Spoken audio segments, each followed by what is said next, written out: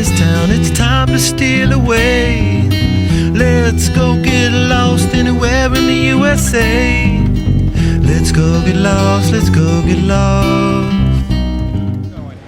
All right, howdy everybody, it's Bear again, and I am here with a mate of mine. This is Henry Cole, for those of you who have not watched any of his wonderful motorcycling programs, and I'm here just to talk to him today. He was kind enough, he had some time. Sorry for the audio, both of our voices are completely shot after a week, actually after about 8 days of being here at the show. It's loud, we're talking to a lot of people, so listen up guys. And we're appreciating it though, but at the same time, yeah, voices just don't hold out. But there's only one more day to go. I know. You and I'll survive. Barely. I think, barely. You reckon? Bad joke. Anyway, yes, it is. So anyway, my first question is, you started doing the motorcycling thing, and when you first started, what led you to Route 66? Why did you decide to do Route 66? Simple. The reason why I wanted to do Route 66 is because every self-respecting person who's into that kind of motorcycling, I believe, should at some point, if they can, do Route 66. And I'd been presenting car shows for years, right, and desperately trying the broadcasters, Travel Channel or whoever it was, to do motorcycling. And the only way I could do it, I found, was to say, right, I've done enough great drives of the world, etc. You've promised me I could do a bike thing. Yeah, I'm going back 20 years now. About 15. And so I said, look, I want to do Route 66, and immediately the broadcaster's ears prick up, purely because that's a kind of sort of general aspiration for a lot of people, whether it's car or bike. So for me, it was brilliant. I said, look, I'm going to buy a Harley in Chicago and ride to Los Angeles and make you 7.5-hour shows, Right. And the guy went, all right, go on then. Thinking that it would just be a, show that did okay and we could then move on. What we didn't realise is that it became immediately their top-rated show worldwide. And that was 15 years ago, and we're something like 75 one-hour programs later, with another 20 to do. And I think not only is that about the realisation that motorcycling is wonderful to experience on TV for the viewer, but most especially, Route 66 is iconic. Yeah. And for me to do it, I promise you, Bear, I don't know about you, man, but it changed my life. Yeah. Well, it really changed my life. I've done it more than 120 times now, and crazy. even now I've done it still, twice. Yeah, but still, for me, I still see something new all the time. Yeah, you and do. It's for me the first time I did it, started doing camping tours of it. Yeah. But the first time I did it, I said, wow, there's something to this. And the more I did it, the more I discovered that, wow, this is really something special. I think it's because of the history. Yeah. And I think it's actually, like it or not, when you're riding Route 66, you're riding through the advent of pop culture, right? And that's the thing that's mind-blowing right from the start. Even when you get out to Funk's Grove, immediately you're beginning to see. There's a diner in Chicago. What's that diner called? I can't remember. There's a lot. There's a few of them. There's a famous diner that I've stopped at twice anyway, right on 66 in Chicago. I can't remember its name. But the bottom line is that the minute you embark on that route, you feel as though you're part of the history of pop culture. And it was the first motorised, migration of a population back in the 20s, and you feel part of that. You feel it still to this day. And the amazing thing for me is you Americans seem to be waking up to the fact that what you have on your doorstep is unbelievable history and a road that basically changed the world. Yeah, and it's recognizable throughout the world. Sure. You go anywhere in the world, no matter what language it is, you say Route 66, boom, instant recognition. Everybody knows it. It's the most famous road in the world. Yeah, so you did it once. Yep. Now, you came back and you did it a second time. Yep. Now, why a second time? Because you've gone all over the world. Australia, New Zealand, I mean, all over. Why did you decide to come back and do it again? Well, I think there were two reasons. One, because I didn't believe that I'd seen, as much as I wanted to see. There were different facets of it that I wanted to immerse myself in that I didn't the first time. And also the broadcaster, could not believe the success of the first series. So they said, would you? And I said, can I do it again? Right. You know, I think it's about 6 or 7 years later to see whether things had changed. Mm-hmm. You know? And they said, yeah, you know, go for it. So my chop over there, you know, and me, off we went, you know. Right. And if someone phoned me tomorrow and said, would you do it again? I'd go, sure. When do I go? Right. You know, I mean, the only thing I would say is that if I was to do it from west to east, Mm-hmm. yeah, I would find that not as exciting as east to west. I don't know about you. Oh, but no, a lot of us, those of us in the Route 66 community, we kind of view from Chicago to LA as more of the original way to go. It was, you know, the correct way to do it, because it starts off gradual and then it gets better and better and better and better. And it's kind of a climax at the end. It's amazing. Yeah. It's a bit like sex, you know. Yeah. It's really good. I'm waiting to find that out. Anyway, you know. Oh, me too. I'm still. Because I'll tell you, Route 66 lasts a lot longer than. Yeah, so than anyway, most. Yeah, exactly. Yeah. So yeah, but there was that. Now you've got a lot of other things going now. Sure. And I think 66 was. You know, you got in 66, you got doing the programs and everything. Yep. And then you got into doing all of your other programs. Sure. And you've got a new one coming up. It's it's Shed and Buried, I believe. Yeah. Well, what's all that about? Yeah, well, let me tell you. I mean, firstly, World's Greatest Motorcycle Rides continues. It's still Great, the top-rated good. show on Travel Channel. It's a worldwide. fabulous program. Well, I love thanks, it. Gary. I love it. I'll give you the tenner I owe you later. Okay, yeah. But also, so we're doing another 20 of them over the next 12 months. Oh, wow. So we're doing Balkans, Middle East, Far East, and the circumnavigation of the UK. Excellent. The motorbike show I do for ITV, that's back. So we're shooting 6 1-hours of that for September transmission. But the fun thing for me is we're doing this new show called Shed and Buried, which basically, you know, there's American Pickers and there's Restoration Man and there's all that kind of scene going down at the moment. And we wanted to keep it real. I think a lot of people who do these kind of shows, I'm not quite sure whether they actually really do sell the items or pretend to, if you see what I mean. So what I'm doing is I'm taking a few buddies of mine, Pete and Sam, and we go on the road and we look in people's sheds, and predominantly we buy motorcycles as cheaply as we can. Right. Oh, well, for real, with my own money. Right. Not the production money, right. With my own money. And then we take it back into a shed, fettle it up, not completely restore it, but we just get it going, get an MOT on it, you know, get it roadworthy, and then we sell it. And along the way, I'm not a restorer. I'm a passionate looker-oner. Yeah. And I'm really going to try to get involved. And hopefully along my journey of discovery, I can take the viewer with me, because a lot of people out there are like me. You know, we love the idea of restoration. We can do a few things. And we like tinkering and playing with stuff. Sure. We're not pros at it, but we like doing it. Yeah, exactly. And it's a lot of fun. So that's what the show's all about. So we're going in sheds, we're doing that. And it's on ITV from March and then Travel Channel 3 months later. Okay. So, we're doing 10 1-hours of that for ITV and 20 half-hours for Travel Channel. Oh, wow. Excellent. I think it'll go well, man. I think it sounds like a passion. And it sounds like a really good idea, because it's not like the other programs where it's, we just found this. No. And then they either flog it off somewhere, they get rid of it somewhere. Yeah. But you don't know what happens. You don't know. Yeah. Absolutely, man. So it's a different concept. I love it. I will go and try and sell you a Harley or something like that. You won't buy it, and it'll be in the shed, you know, and it'll be obviously a standing joke.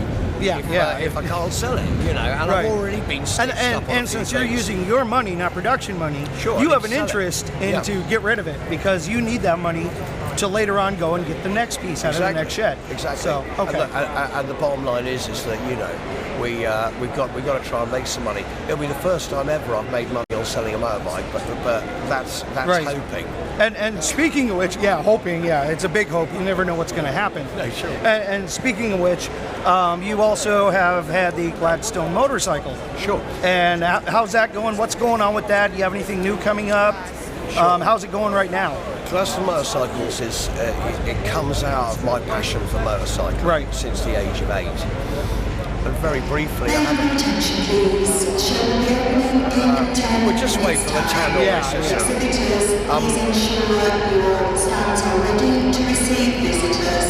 So, back to the question before we were so rudely interrupted by an announcement, which we is about Gladstone Motorcycles and how that's going, what you got going right now, and any plans for the future. Gladstone Motorcycles, it comes out of my absolute passion for motorcycling, and my great friend Guy and I, You know, we decided 3 years ago that we would actually really go for it, and Guy was, you know, working on other stuff, and I said, come and work with me full time and create what we hope is, or what we believe to be one of the finest hand-built British bobbers. Yeah. Well, from what I've looked at, and I actually looked at the number one over there extensively. I actually came over and I was poking and prodding and looking, and I'm impressed. I mean, it's not much that, you know, the welding is beautiful. Yeah, that's. I mean, that's a really good sign. Is looking at all the other bits, but if you look at the welds, you can really tell the craftsmanship and the time and care and attention to detail that has gone into it. Yeah. So sometimes you just see these big sloppy welds with these big bumps sticking out. These are smooth. Well, the frame we designed with Matisse motorcycles. Right. Yeah, and so they make the frames for us. Okay, right. And Harry there, I think, is probably one of the finest brazers. Yeah, who I've ever met. They're and very I've met good. a few, let me tell you. So Gladstone is doing great. We, the Gladstone number one, we are making 9 of. Okay. And as of today, we have 1 left to sell. That's it. Which is, that's it. And I've got about 8 people who want test rides on that one. Oh wow! So that one's pretty much sold. We're gone with that, and obviously we can't. We've got a 7-month lead time with us because everything's hand built. Well, yeah, you got to take your time. Yeah, you got to make sure it's done good. Right. 8 weeks to build 1 bike. Yeah. You know. And, wow, that's actually for a custom bike. That's actually not a bad time. It's not bad, but we have all the components that we've designed that come into us, and we then final assemble. But so what's coming after that? We run our Gladstone Redbeard Racer on the Bonneville Salt Flats. Right. And we'll be there in August. Excellent. Going for the 350 record, which I think we'll get. I hope so too. Yeah. If I don't fall off. No, you won't fall off. You've been riding too long. Hey mate, I've done my fair share. Oh, so have I. So and I'm sure there's a bit more to come. So we're doing the Gladstone Redbeard Racer, and then we are talking with a major motorcycle manufacturer about doing a Gladstone with their engine. Oh wow! 50 limited. Well, don't say anything. We want to surprise us. Yeah, I will surprise you, and I'll probably be surprising you this time next year here. Okay. At Motorcycle I would love to see what you got. I'd love to see what's coming up. So the whole Gladstone thing's great. The whole kind of new wave custom thing that we're probably part of, I don't know, is burgeoning. You know, the Brat Style, Flat Tracker, the Bobber, the whole thing, Cap Racer. You know, and I think that whole scene's here to stay.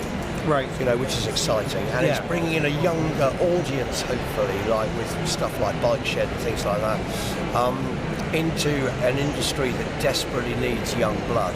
Yeah, you know what I mean? Yeah, well, particularly here in the UK. Sure, because it's becoming so much more difficult to get your license. Yeah. And it's also something that, you know, they're not cheap. They're not cheap to get a bike. No. Although once you have them, they're usually one of the cheapest modes of transport. Absolutely. Yeah, they're great. But yeah, we are losing them, and we need to retain who we have. We do. And we need to introduce a lot more people to the joy of motorcycling, the love of it. We do, and I think that's vitally important for all of us old stagers. If you see what I mean. Yeah. Is to, you know, do our tiny bit on actually saying, well, hang on, you know, motorcycling is the most wonderful occupation or hobby. Oh yeah. And immerse yourself in it. And I think what's great as you get older, you know, you realise that it's not just about the riding. It's also about the restoration, and it's also about the tinkering and looking after your bike. You know, and that hence why my tastes seem to get older and older as regards motorcycle, not just motorcycles. Okay. But you know, it's just a sort of hugely immersive hobby for me because there are so many facets of it. You know, on road, off road, it's become so much of a hobby that you've actually turned it into a career. Sure, you've turned it into something that, you know. And I've done the same thing. Yeah, and it's hugely rewarding. It is. Much more rewarding than a lot of people really think. It is. It's a lot of work though. Sure is, but at the same time, when you're riding, the thing is, I think as one progresses motorcycling, one realises that actually it is all about the journey rather than the destination. Yeah. And I think it is a microcosm of life, motorcycling. If you take a ride, you know, the last thing I wanted to do was to get to the end of Route 66. Yeah. Do you know what I mean? I've got people every year that we get to Santa Monica at the end of a tour, and they say, okay, we're turning around and going back. Yeah. They really don't. It's okay. Yeah, we made it. Yeah. Who? Yeah. But then I'll say, all right, who wants to go back to Chicago? Yeah. Every single one of them, almost every time, except for the ones who are really knackered. You know, they all say, let's go. I'll do it right now. I don't care about anything else. Let's just ride. And that, I think that's what's special about motorcycling. So let me ask you something though. Okay. Right. And that is that I get a lot of people coming up to me and say about Route 66 and how do I do it. Yeah. And quite a few people want to ship their own bikes. You know, they want to talk about tours, they want to, you know, even go on a tour with someone like yourself or whatever, but they want to ride their own bike. Yeah. Now, I've only found one company that insures you temporarily in America. There is one. You can get a couple others. They're not cheap, but they will do temporary insurance. Most of the time, though, you're going to have to buy a 6-month policy. Oh, okay. You can buy a 6-month policy. I believe it's Progressive Insurance, and they do that. Oh, okay. And you can get a 6-month policy. It'll cost you about $350 US. So it's what, about 200 quid? Do you know, that's not much, man. That's not much. That's not much. What price of excitement, hey? Do you know Oh, what I know. That's cheap, actually, if you consider it. Ride of a lifetime, 200 quid. Yep. There. You know what I mean? Now, bringing a bike over, that's really only cost effective if you're going to be there for 3 weeks or longer. Oh, okay. Any other way, because of the cost of shipping. Yep. The other thing that you have to consider too is that to get it over there, you're going to be without your bike for at least 3 weeks. If it's going sea freight, it's going to be 3 weeks before you go over. You won't have a bike, and then 4 to 5 weeks, depending on where in the country you ship it back from, to get it back. So you're going to be without your bike before and after. And that's one thing. People come back, it's like, I don't have my bike. I don't have my bike. What am I going to do? Yeah, you know, I've they're at a shipped loss. stuff and it's taken 3 months to come back. Yeah, exactly. I mean, my view always is to hire one out there. But That's, usually if you're going for more than 3 weeks, then that's actually cost effective. Yeah. But Otherwise? Otherwise it's not worth it. You might as well just hire a bike. And the best part is if something goes wrong with a hire bike, yeah, you can chuck it back. you can chuck it back and say, give me another one, or they'll fix it. Yep. You know, and you're not out of pocket. If your bike breaks down, then all of a sudden you're looking at a hotel room for a few extra days. It's really going to muck up the tour, whatever you're doing. And you got to get the part, the cost of that. It can really mess up a holiday. So for a lot of reasons, it's actually better to hire a bike than to actually ship yours over. But if you're coming over for a month and a half, by all means, and then do it. Then it's actually more cost effective to do it that way. So, there you go, man. Yep. Hey, look, now I know. Yeah. Yep. Because So, people ask me that all the time. yeah, and I get that too. We have a sensational, spectacular, magnificent, totally So last day announcement. They're all, ooh! fantabulous, I think she's going through the entire thesaurus. Yeah.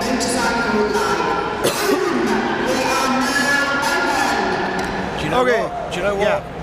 Maybe fantabulous, amazing, and everything else that the announcer's doing at the moment, but actually what everyone wants is just a deal today. Yeah. If that's you go to a last day of a show, you go, I'll give you 20 quid for that, come on. Most people are going to say yes. Most of the vendors, they don't want to haul all the stuff back out to their truck. You don't want to load it. Yeah, You know exactly. what I mean? Well, hey. They're running. Yes, they are. They got they got to be the first to get in there. Sunday? I know. No, don't. Is it what? Black Monday? Black Friday. Black Friday? Black Friday. Oh, right, okay, that's Yeah. right. Yeah. Yep. Hang on, someone's even lost their shoe. There we go, in the rush. No, they all rush in so they can get a test ride. They can get them first on the list for the test ride. That's why they're running. Rushing to your stand, Gary. No, well, put their tour. I should hope. No, they're just rushing to come see you. Yeah, mate. That's what it is. That's what it is. Well, anyway, that's it for now. Thank you very much for coming, taking the time to talk to me. I know you're really busy. Your voice, as well as mine, is completely shattered. Well, I'm going to be really busy at the moment. I am. Yeah, we got to wrap this up so you can get back to your stand and I can get back to mine. So look forward. Thanks again for talking with me. It's been great. And until next time, guys, keep the rubber on the road and the shiny side up. See you later.